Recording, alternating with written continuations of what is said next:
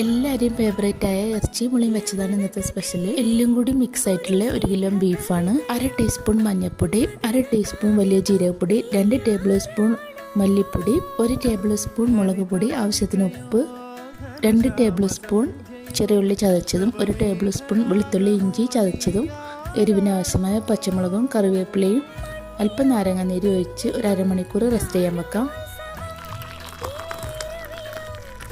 Beef മുങ്ങണ രീതിയിൽ വെള്ളം ഒഴിച്ചിട്ടുണ്ട്. പൂളയും കൂടിയും വേവിക്കാനുള്ളത് കൊണ്ടാണ്. ഈ ടൈമിൽ പൂള തൊലി കളഞ്ഞ് ചെറുതായിട്ട് അരിഞ്ഞെടുക്കാം. നുറുക്കി വെച്ച പൂളയും കൂടിയും ചേർത്ത് വേവിച്ചെടുക്കാം. പ്രഷർ മുഴുവനായിട്ട് പോയതിന് ശേഷം കുക്കർ തുറന്ന് പൂളയും ഉടച്ചെടുക്കാം. കുറച്ചധികം ഉള്ളി അരിഞ്ഞ് കറിവേപ്പിലയും ഇറച്ചി മസാലയും ചേർത്ത് വെളിച്ചെണ്ണയിൽ തുമ്മിച്ചെടുക്കാം. ഒരു പ്രാവശ്യമെങ്കിലും ഇങ്ങനെ കഴിക്കാത്തവരുണ്ടാവില്ല. എല്ലാവരും ഫേവറേറ്റ് തന്നെയാണ് ഇറച്ചിയും പുളിയും വെച്ചത്. സബ്സ്ക്രൈബ് ചെയ്യാതെ നിങ്ങൾ വീഡിയോ കാണണമെങ്കിൽ സബ്സ്ക്രൈബ് ചെയ്ത് കൂടെയുള്ള ബെല്ലേക്കൊന്ന് പ്രസ് ചെയ്യണേ.